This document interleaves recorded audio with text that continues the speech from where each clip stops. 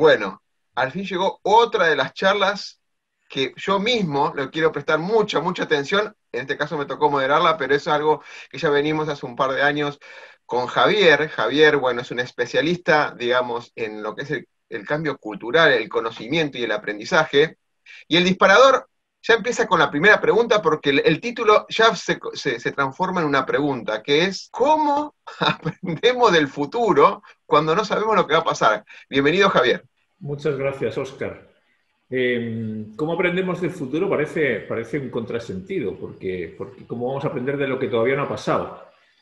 Pero yo te diría que justamente a ver, lo que nos está ocurriendo, lo que le viene ocurriendo al ser humano, el cambio no es que sea algo nuevo, nos ha acompañado porque de otra manera estaríamos todos en taparrabos en las cavernas. Lo que nos está ocurriendo es que el cambio se va acelerando, cada vez es más rápido y nuestra capacidad biológica de absorberlo se empieza a resentir. Entonces, nuestra vida se parece muy poco a la de nuestros padres y esos cambios cada vez se van acelerando más. Y en el pasado uno podía anticipar y predecir un poquito más, no necesariamente lo que iba a ocurrir, pero uno sabía que mañana se podía parecer bastante a lo que pasaba hoy. Lo que nos está ocurriendo es que ya eso no es así. Entonces, el pasado cada vez nos sirve menos para predecir y anticipar el futuro. Entonces, antes uno podía vivir en el día de la marmota, como la película, porque sabía que más o menos las cosas se repetían y no cambiaba mucho ni la legislación, ni la tecnología, ni los productos, ni las competencias. Ese ritmo era muy lento. Y hoy en día eso va mucho más rápido. Entonces, descansar en lo que pasó para anticipar y predecir lo que viene es muy difícil. Ahora estamos metidos en una pandemia que a finales del año pasado nadie podía anticipar. Entonces, ¿qué es lo que nos ocurre? Que la única alternativa que tenemos es justamente mirar para adelante y tratar de aprender de lo que va a venir. Y eso significa renunciar a muchas de las certezas y competencias que nos han servido previamente, que son las que se enseñan en el colegio, para empezar a incorporar otras habilidades, yo diría, que tienen mucho que ver con observar, con estar muy atento, con detectar patrones, con formular hipótesis por muy descabelladas que nos parezcan, por hacerse preguntas. Y yo uso una metáfora, y esto tiene que ver con que si antes usábamos mapas, ahora vamos a tener que usar una brújula. Un mapa, los mapas caducan. Esta velocidad a la que avanzan las cosas hace que el conocimiento, que lo que sabes tú, caduque muy rápidamente. Entonces los mapas, para cuando te lo aprendes, ya no te sirven. Sin embargo, una brújula, que son estas nuevas habilidades, lo que te sirven son para navegar en un contexto en el que no sabes cómo va a resultar, pero si tú manejas bien la brújula, sabes cómo tomar decisiones. Y esa brújula al final está compuesto por esas capacidades que son hacerse preguntas, son la resiliencia, son la creatividad, son la curiosidad, son la capacidad de colaborar, etcétera, etcétera. Entonces, parece que es un contrasentido, pero no nos queda más remedio que desapegarnos de muchas cosas que nos han traído hasta aquí, porque para lo que se viene, aparentemente ya no son muy útiles. ¿Qué facilidad tenés en 2 minutos de estructurar toda la educación del mundo, básicamente? Bueno, sí, no podemos aprender cosas del pasado porque en el pasado obviamente no se habían servido, pero dijiste algo que quiero ahondar un poquito más. Hablaste de las preguntas, y en este sentido, esto de las preguntas, es que nos estamos equivocando al hacernos las preguntas, en vez de contestar cosas del pasado, o sea, de estilo, qué fecha es tal cosa, o cuánto pesa tal cosa, o qué altura tiene, y se busca en información del pasado, estás planteando hacer preguntas para abrir posibilidades. ¿O estoy errado en lo que dije? No, es así. Fíjate, lo que pasa es que, de nuevo, parece algo contranatural porque históricamente, y si nos vamos a la educación, ya que hacías mención a la educación, que es un tema que nos apasiona a los dos, si tú te fijas, estamos diseñados y educados para responder. Y para responder preguntas que no son nuestras. O sea, una cosa es que respondas, pero cuando además la pregunta no es tuya, tú no le prestas mucha atención ni te importa demasiado. Y eso significa asumir que las preguntas ya están claras y que las respuestas son correctas y son ciertas, que tiene que ver con la incertidumbre o con la certidumbre. Y justamente lo que estamos hablando es que si uno no puede anticipar lo que viene, las respuestas anteriores ya es muy posible que no me sirvan. Entonces, tenemos todo un modelo educativo y profesional donde lo que hacemos es evaluar y valorar a las personas, a los niños, por responder correctamente preguntas que ya están predefinidas. Entonces no sabemos preguntar, no estamos muy preparados para preguntar. Y la pregunta de alguna manera te genera incertidumbre porque no tienes ni idea de cuál puede ser la respuesta. Tienes que explorar, comprobarla, arriesgarte a equivocarte, recuperarte del error. Entonces, efectivamente, uno, no estamos preparados para las preguntas y dos, no todas las preguntas son iguales, no todas las preguntas te llevan a los mismos lugares. Entonces, la capacidad de hacerse las preguntas adecuadas en el momento adecuado, yo creo que es una habilidad gigantesca. En el mundo de las empresas, hasta ahora teníamos la percepción de que los líderes no se pueden equivocar y a los líderes no se les desafía con preguntas y los líderes tienen todas las respuestas porque las preguntas ya están claras. El escenario en el que estamos significa que hay que empezar por primero reformularse cuáles son las preguntas. Y en ese escenario participan todos, porque todo el mundo hoy en día tiene la capacidad de formularse preguntas. Todos estamos sometidos a miles de experiencias con clientes, en proyectos. Entonces, las preguntas pueden venir de cualquier lado y eso cambia, yo creo, enormemente la dinámica de las organizaciones. Mira, Javier, hay algo que quiero tomar de la primera respuesta que tuviste, que es, hablaste de la resiliencia. ¿Cómo se aprende en la resiliencia cuando por lo general siempre es cuesta arriba? ¿Cómo podemos pensar tranquilos y diseñar o crear un futuro cuando en la resiliencia muchos pensamos que es cuesta abajo y no muchos pensamos que es cuesta arriba, digamos? Es decir, que nos estamos hundiendo más o es un esfuerzo escalar, digamos, ese tema.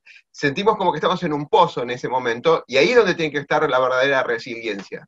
Entonces, ¿cómo jugamos con esta combinación de preguntas, ¿sí? Para no, digamos, para recrear un nuevo pensamiento?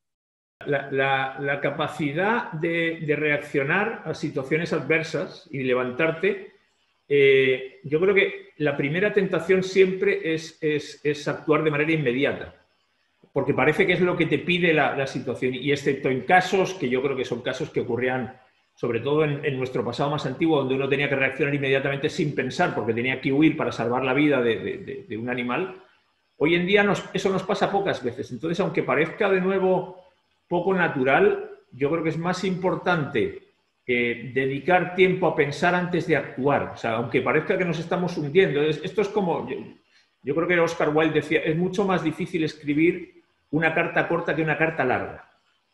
Y acá yo creo que justamente la decisión es, bueno, hagamos foco, o sea, tomémonos el tiempo suficiente, porque la inversión en planificar, aunque nos parezca que es una inversión en la que estamos invirtiendo mucho tiempo, luego nos ahorra un montón de situaciones. Entonces, yo te digo, parece ilógico porque parece que la primera reacción es tengo que reaccionar, me voy a morir, estoy en peligro.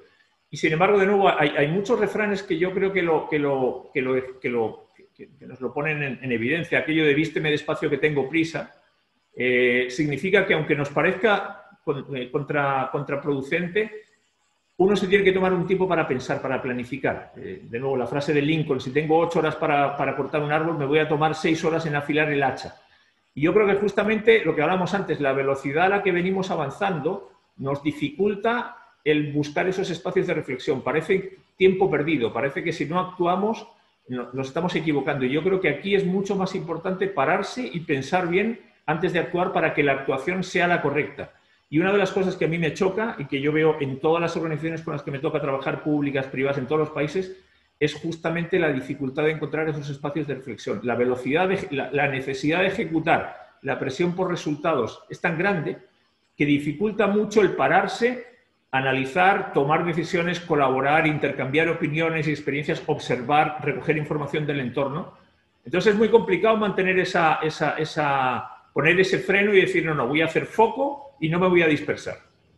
Esto es un ping-pong, digamos, porque nombras cosas y te tengo que repreguntar naturalmente, porque estamos muy acostumbrados, así como es algo tradicional, pensar en el crecimiento, en el salir a flote, sobre todo del lado humano, hombre, que gran parte de la sociedad lo obliga a repensar en el sentido de salir en forma individual. Él tiene que salir a flote, pero sabemos que somos seres sociales y de alguna manera la colaboración, pensada o no en una medida u otra, es parte del ser humano. Y salir a flote desde un sistema de egos no tiene mucho sentido en este caso, es mi opinión, por eso abro la pregunta, sino en un sistema de ecosistema, o sea, más participativo, ¿no? ¿Cuál es tu pensamiento de esto, de lo individual y lo colaborativo, o de lo individual y la comunidad social en cuanto a salir o transitar esta resiliencia o buscar nuevas oportunidades en un futuro? Bueno, fíjate que, como dices tú, el ser humano ha llegado hasta donde ha llegado por su capacidad de colaborar. A ver, lo primero, en tu cerebro tú tienes neuronas, pero tú no eres inteligente por la cantidad de neuronas que tienes, eres inteligente por las conexiones que las neuronas establecen entre sí. Si las neuronas no colaboran, no comparten, no intercambian, no te sirve de nada. Y el ejemplo es el del fútbol, es el mismo. Tú puedes tener un maravilloso equipo con muchos buenos individuos, pero eso no hace, si no colaboran, el equipo no entrega buenos resultados. Y asociado con la pregunta de antes, que era como esa dinámica de tener que actuar, el equipo que más corre no es el que gana. El equipo que mejor se planta, que más piensa, es el que gana. Entonces, parece que es evidente que es imposible, no hay nadie que sea más inteligente que todos los demás, no hay nadie que tenga todo el conocimiento. Y en este mundo que es tan complejo y que avanza tan rápido, eso cada vez es más evidente. Entonces, al final hay una decisión. Tú, si quieres, puedes tomar la decisión de funcionar de manera individual y aislada. Ahora, tú sabes que tu capacidad de evolucionar va a ser muy corta. Los seres humanos hemos llegado hasta aquí porque hemos sido capaces de colaborar en grandes números y eso nos ha dado una ventaja sobre el resto de los seres vivos y estamos donde estamos por eso. Y por tanto, la colaboración no es un término nuevo. De hecho, está de moda hace mucho tiempo, es portada de las revistas de negocios de Harvard. Ahora, cuando uno se asoma en una organización, una de las cosas que de nuevo ve repetidas continuamente es la dificultad que existe para que las personas colaboren. Y de nuevo, y esto no tiene que ver con un egoísmo, para mí la culpa no está en el individuo, sino que el diseño de los modelos de trabajo y de las organizaciones, que fue generado hace 200 años, nunca contempló la organización, contempló la especialización, contempló el desempeño individual. Entonces yo a ti te doy una tarea, te hago responsable de esa tarea y tú no te preocupes del resto. Ejecuta y no pienses y no tienes por qué conocer al otro, no tienes por qué colaborar, por qué compartir, por qué conversar. Entonces te encuentras con diseños que no favorecen la colaboración. Y hoy en día nos damos cuenta que sin ese flujo, sin ese intercambio, si las neuronas no conversan, si las personas no comparten y no comunican, la organización se perjudica, por muy potentes y muy buenas y muy bien que sepan hacer su trabajo. Entonces, es evidente que el futuro, y lo vemos en el caso del COVID, el COVID no te sirve que una ciudad, que un país lo resuelva. Este es un problema global, este es un problema que solamente se resuelve con colaboración de científicos, de economistas, de políticos, del ciudadano de a pie, que si no toma las medidas. Entonces, de nuevo, tenemos la decisión. O ponemos o equilibramos el ego, el yo con el nosotros, o si gana el individualismo, lo que gana es mi propio provecho y yo haré lo posible por competir y minimizar al resto. Y de esta manera no podemos avanzar. Entonces, es evidente, lo que pasa es que necesitamos un cambio en el diseño de las organizaciones, porque hoy en día te contratan individualmente, te desarrollan individualmente, te pagan individualmente y te echan individualmente. Y claro, necesitamos generar un contexto donde sea el nosotros el que está por encima del yo. Bueno, Javier, entonces con lo que ya dijiste, déjame hacerte dos preguntas de color. La primera, ¿cómo crees que los cursos más pedidos son sobre liderazgo y sobre trabajo en equipo, ¿no? En estos últimos meses hubo gran presencia de aprendizajes gratis o pagos en los medios digitales. ¿Cuál es tu opinión al respecto? Efectivamente, yo hace años que una de las cosas que me sorprende es justamente comprobar que los cursos que más compran las empresas año tras año siguen siendo trabajo en equipo y liderazgo. Y bueno, es curioso porque esas son cosas que uno intenta enseñar a los adultos cuando uno asumiría que debieran ser habilidades que debieran venir preinstaladas casi de fábrica. Y de hecho lo son. El ser humano nace colaborativo. Hay experimentos que te demuestran que los niños son capaces de sentir empatía y colaboración y ayudan a la persona que lo necesita. Es decir, venimos programados como seres sociales para colaborar y compartir. Pero luego tenemos todo un proceso educativo y en muchos casos laboral que desincentiva la colaboración e incentiva la competencia. Entonces luego nos damos cuenta en las organizaciones que si las personas no colaboran y no comparten el conocimiento y no aprenden, la organización se resiente y el desempeño y los resultados empeoran, entonces tratamos de corregirlo. Y pasa lo mismo con el liderazgo. Y de hecho ahí hay una versión un poquito, yo diría que viene del mundo jerárquico, es un tema casi antropológico, que hemos vivido siempre en sociedades verticales y donde el liderazgo está concentrado en algunas personas que tienen de alguna manera superpoderes y son infalibles. Entonces A mí me parece que ahí hay un cambio que se está produciendo y se tiene que producir porque finalmente el liderazgo debería ser un liderazgo, todos somos líderes y todos deberíamos ejecutar roles de liderazgo en determinados momentos y ser liderados por otros. Y por tanto, yo creo que estamos en transición hacia un liderazgo mucho más distribuido, mucho más rotatorio, pero hoy en día, de nuevo, estamos intentando incorporar en aula habilidades que yo creo que se incorporan en la vida real y que uno no debería esperar a que alguien tenga responsabilidades para desarrollar esas habilidades. Deberíamos preocuparnos de desarrollarlo desde el principio, porque las personas llegamos con esas capacidades. Otra cosa es que luego en el mundo educativo las desactivamos y sería mucho más fácil y sería mucho más eficiente que nos preocupáramos de desarrollarlo desde que nacemos, desde el principio. Bueno, acá viene la otra pregunta de color, naturalmente. España, Argentina, tengo que hablar de fútbol. Hablaste de individualismo y de trabajo en equipo. En Messi y el equipo. Sin hablar de fútbol, pero ahí es un ejemplo claro donde puedes tener al mejor jugador del mundo y eso no alcanza. No, pero nunca ha alcanzado, porque el talento no es suficiente, porque de hecho el talento o la capacidad es posible, no es el elemento que más influye en el desempeño de los individuos o de las organizaciones. Mira, te voy a contar una historia muy sencilla. Yo hace unos años, yo suelo publicar una columna todos los meses donde intento compartir algunas reflexiones sobre estos temas de conocimiento, aprendizaje, innovación. Y hace unos años, y llega un montón de gente, y hace unos años pregunté a personas que tenían gente a su cargo cuál era el rasgo, la característica que más valoraban de las personas que trabajaban con ellos. O sea, qué era lo que más valoraban. Yo tenía un prejuicio de qué me iban a responder. Yo pensé que me iban a hablar de rendimiento, de ejecución, de eficiencia. Todas me dijeron lo mismo. Todas, con distintas palabras. Me dijeron actitud. Me dijeron, dame gente que tenga hambre. No sabe, yo le enseño. Entonces, cuando la ventaja que tenemos los que ya llevamos un poquito de vida recorrida es que tú te das cuenta que nadie quiere reunir el talento. Yo no es que no quiera tener el talento, pero yo me doy cuenta que el talento no es suficiente. Me da una pequeña ventaja, pero esa ventaja generalmente no es una ventaja que hace la diferencia. Lo que hace la diferencia generalmente es la continuidad, es el esfuerzo, es la capacidad de colaborar, es la resiliencia, es aprender a perder. Entonces, ¿necesito talento? Sí. ¿Necesito individuos que sean buenos? Bueno, es muchísimo mejor. ¿Me garantiza eso que vaya a funcionar? Mi experiencia es que yo he visto equipos de todo tipo donde el promedio de talento es inferior, pero la capacidad de colaborar, de poner el ego en segundo lugar, de buscar un propósito común, de sacrificarse, de asumir cuál es mi rol, de resolver los conflictos, etcétera, etcétera, hace que el rendimiento mejore. Entonces, lo que tú te das cuenta es que necesito buenos individuos, pero es condición necesaria, pero no suficiente. Los mejores desempeños no dependen de tener a los mejores individuos, sino de asegurarse que los individuos colaboran entre sí, son capaces de dar más que la suma de las partes. Y el caso de Messi o de muchos otros es un caso más. El talento, de hecho, el talento muchas veces te desincentiva. Cuanto mejor soy, muchas veces menos alicientes tengo para seguir trabajando porque ya soy bueno y por tanto ya no me tengo que esforzar. Entonces yo creo que muchas veces el talento se convierte en una pequeña maldición porque te obliga o te evita, te impide muchas veces la capacidad de sufrir y de esforzarte, que es al final lo que te da la diferencia. Javier, estamos en ese sentido que hablaste de la actitud y más desde lo emocional que impulsa al hacer de las personas.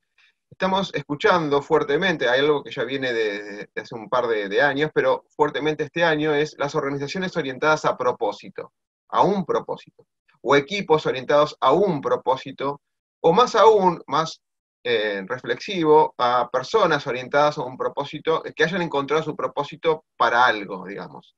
¿Cuál es tu opinión en esto, en esta convalidación de lo que son los equipos?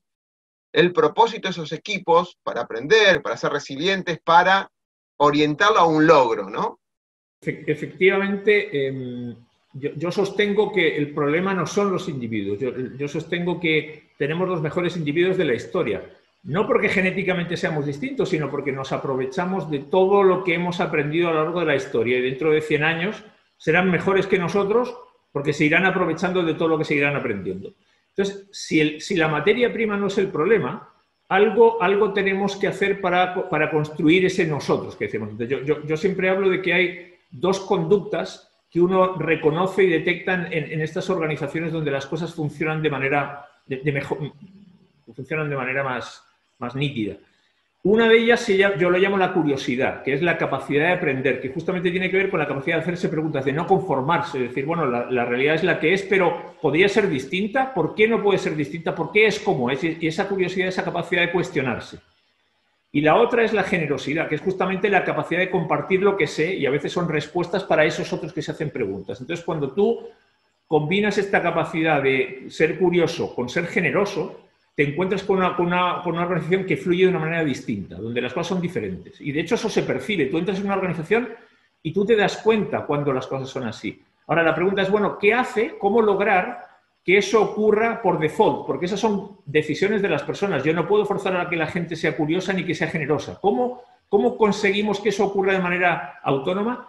Y mi conclusión es que eso se da cuando todas las personas comparten un propósito. Cuando tenemos un objetivo común, cuando estamos de acuerdo en algo, la curiosidad brota porque es una manera de conseguir el propósito. Y la generosidad también, ¿por qué? Porque contribuyo con mi conocimiento a que alcancemos el propósito. Ahora, el tema es que el propósito tiene que ser compartido, tiene que ser un propósito que yo me creo. Y ahí pasan un par de cosas. Por un lado, tú como individuo tienes que tener claro cuál es tu propósito. Y eso es algo que, de nuevo, la educación no te fomenta. La educación te dice, aprende un montón de cosas. ¿Qué quieres hacer en la vida? ¿Qué cosas te interesan? ¿Qué cosas te mueven? ¿Cuáles son tus pasiones? ¿Cuál es tu elemento? Lo descubres por suerte. Y lo otro es que la organización tiene que tener claro un propósito y darte a ti un espacio para que tú puedas contribuir. Es distinto el propósito que a mí me imponen al propósito en el que yo tengo alguna capacidad de actuar, de opinar, de contribuir.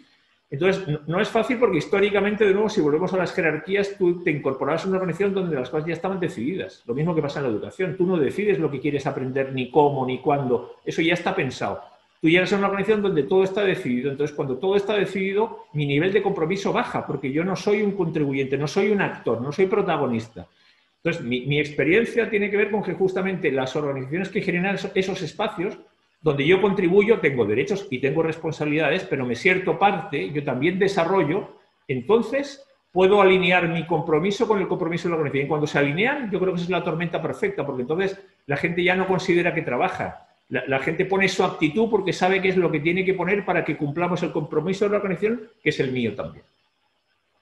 Excelente, excelente, Javier. Gracias por eso de refrutar, digamos, de alguna manera, volver a buscar una meta en común, que creo que la sociedad en general lo necesita y, de hecho, las organizaciones de por sí. Me gustaría, con tu experiencia como consultor internacional, de alguna manera, 2 o 3 casos, sin dar nombres, sino ejemplificarlos, de todo esto que hablamos, ¿sí? El sentido del conocimiento. Si puedes dar casos concretos, porque a veces por ahí, al hablarlo no se plasma solamente en la reflexión, sino en la práctica, como, para dar ejemplos, digamos, directamente y pasarlo al lado pragmático.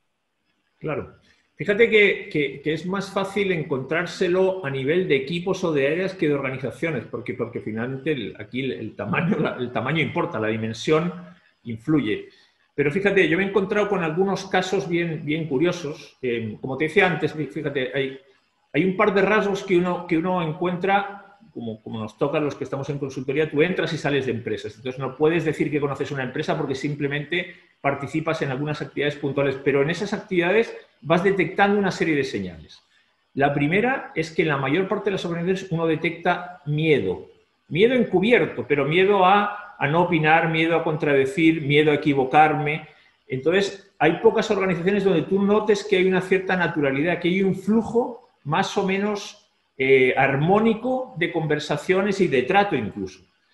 Y esto es como me decía el otro día, la cultura al final es como un perfume. Se huele pero no se ve. Y estas cosas, de nuevo, son cosas que tú no las puedes tocar, pero se perciben en las conversaciones. La gente hay buen humor, hay capacidad, se atreven a desafiarse, etcétera, etcétera. Entonces, por ejemplo, a mí hay una organización que me llamó la atención, una cooperativa, en este caso de energías renovables, donde, por ejemplo, ellos ya definían el plan estratégico, decían, nuestro objetivo es que nos tenemos que detener a observar y cuando tengamos que parar, tenemos que parar, que es lo contrario de esta necesidad de ir tan rápido.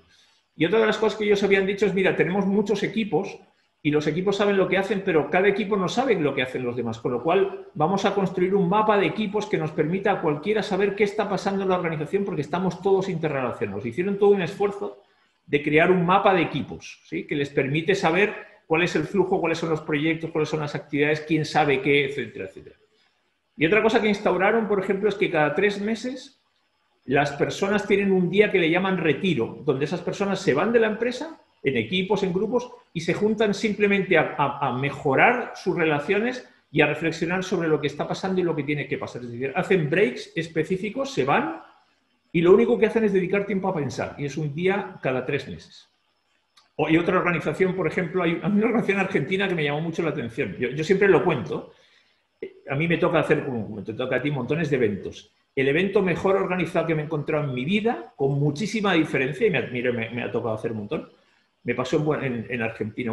Y es una pequeña consultora que hace un evento para pymes, con un montón de gente. Y fue un evento en el que a mí me ubicaron como un año antes de que me tocara. Me habían hecho todo un escáner de lo que yo sabía, hicimos todo un trabajo previo de definir bien cuál iba a ser el mensaje en función del perfil del público, en función de sus intereses, cosa que la mayor parte de las veces que yo doy una conferencia nadie sabe lo que yo voy a contar. Yo tengo una conferencia dentro de un par de horas para una petrolera y no tienen ni idea de lo que yo voy a contar. Bueno, nos juntaron a todos los ponentes para sincronizarnos, para que todos nuestros mensajes estuvieran bien coordinados, nos repitiéramos cosas. Nos pagaron antes de hacer el evento. En el propio evento, que empezó a la hora puntual, teníamos 45 minutos para hablar y 15 minutos de preguntas. Bueno, estaban medidos los 45 minutos y la lista de preguntas, cuando era muy larga y no daba tiempo a contestarla, al terminar te llevaban a una sala y te hacían las preguntas para grabarlas en vídeo, para subirlas a la web, para que todo el mundo te quedara... O sea, tú te das cuenta que ahí detrás hay un flujo, hay un compromiso, hay un amor por lo que estás haciendo que te dice, bueno, esto es posible hacerlo. Yo tengo un par de clientes, por ejemplo, que están tan comprometidos con sus clientes que han ido creando comunidades de aprendizaje donde hacen sesiones mensuales con sus clientes para intercambiar conocimiento, aprender y construir cosas con ellos. Hay una constructora, por ejemplo, que tiene todo un proceso instalado que se llama revisión post-acción, o el mundo del petróleo lo llama post-mortem, por ejemplo, donde no terminan nunca una obra hasta que no hacen el ejercicio de reflexión para recoger qué fue lo que aprendieron y lo que harían distinto la próxima vez, para capturar lo que funcionó bien y capturar lo que no funcionó bien, los errores, no con el objetivo de señalar a nadie, sino convertirlo en un aprendizaje. Dado que esto nos pasó, no queríamos que nos pasara, ¿qué tendremos que hacer distinto la próxima vez? Y eso es un ejercicio donde participan todos, y es un ejercicio súper bien valorado porque es la puesta en común para decir, oye, este era el objetivo que teníamos, esto fue lo que pasó, ¿por qué hay una diferencia? Que aprendemos, y no terminan hasta que hacen eso. Y hay un último caso, una empresa que me encontré en el mundo del petróleo y del gas, donde, o sea, lo primero que me sorprendió es que todos los gerentes no habían trabajado nunca en otra empresa que fuera esa, y en una multinacional en este caso, y ya estaban cercanos a la jubilación muchos de ellos, y estaban preocupadísimos por el futuro de su empresa. Yo nunca me había encontrado con gerentes que cuando se van a ir les preocupa lo que va a quedar detrás, sino que se despiden y dicen, bueno, por fin me voy, ahora a disfrutar de otra vida. No, estos tipos estaban absolutamente identificados con su organización y estaban tratando por todos los medios de ver qué hacer para dejar el legado, para que lo que ellos saben, que son 30, 40 años de experiencia en el mundo de oil and gas, no se pierda. Y ellos han desarrollado en el tema ellos tienen un área que se llama conducta responsable, que es todo el tema de seguridad, y han desarrollado un músculo gigantesco. Su primer valor hoy en día es la seguridad, no es la producción. Lo primero es la seguridad, y la seguridad para la producción. Y tienen todo un flujo de aprendizaje, de capturar los aprendizajes. En las investigaciones, cada vez que hay un problema, se captura lo que se aprendió, se sistematiza, todo eso se difunde, se cambian los procedimientos, se entrena a la gente. Entonces tú te das cuenta, y ahí voy a volver al tema para cerrar este rollo, que la actitud lo cambia todo. Cuando hay interés por hacer algo, cuando algo se le da prioridad, se lleva a cabo. Y estas empresas no están formadas por gente sobrehumana. Son gente normal que simplemente se compromete con algo, pone foco en algo, de nuevo se concentra en algo, dice esto lo quiero hacer bien, esto es importante para mí, lo voy a hacer.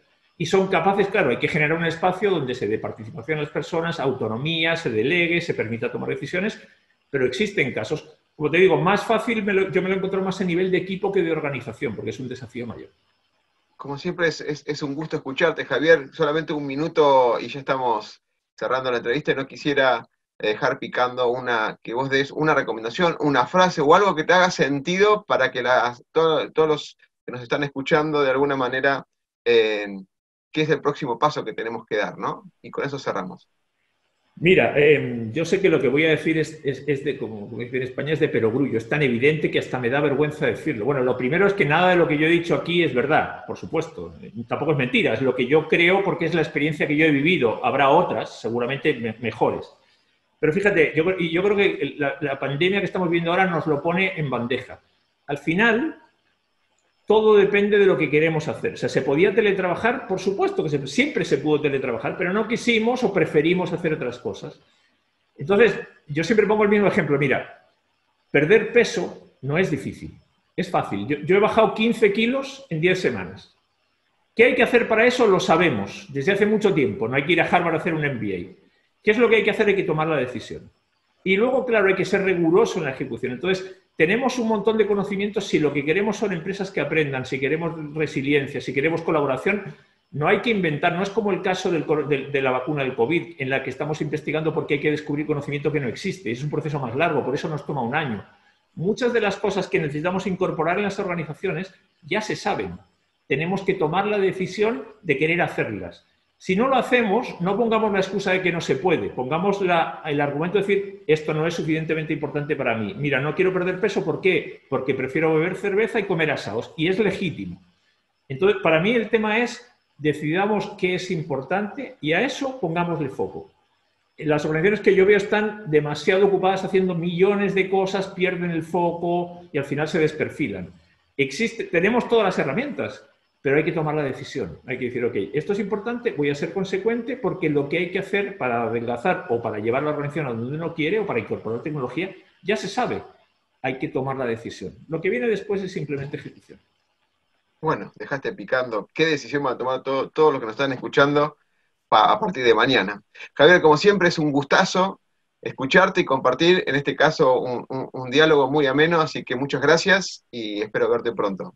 No, un placer, tú lo sabes, aprender y compartir contigo, porque de cada pregunta que tú haces yo aprendo siempre, así que ojalá que nos veamos prontito. Cuídate mucho, Oscar.